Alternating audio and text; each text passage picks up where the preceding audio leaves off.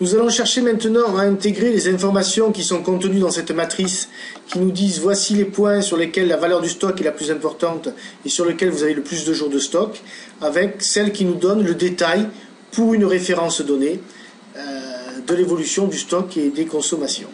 Alors l'intégration entre les deux se fait dans quelque chose qui s'appelle le tableau de bord dans Tableau et qui est en fait une visualisation dans laquelle nous avons d'une part un premier onglet. Et si je clique sur un point, j'affiche le film correspondant.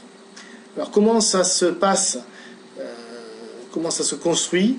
On dit simplement je veux faire un nouveau tableau de bord. Je voudrais avoir la matrice d'une part, certains éléments dont nous n'avons pas besoin immédiatement, et le graphe d'autre part. Voilà. Et pour faire le lien entre les deux, on va dire qu'on va utiliser la matrice comme filtre, auquel cas, si je clique sur un point, j'affiche le graphe. Et là, je vois que j'ai 3 réceptions quasiment à la même période, alors que normalement, j'aurais dû avoir les réceptions étagées. Il n'y a aucune raison d'avoir un stock qui a cette allure-là.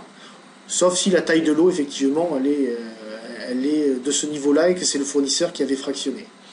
Là, si je clique sur ce point-là, ce qui est une référence à 32 000 euros, je vois que j'ai probablement quand même un stock où il y a 10 000 pièces en trop, compte tenu du stock moyen qui était peut-être à 20 et quelques mille.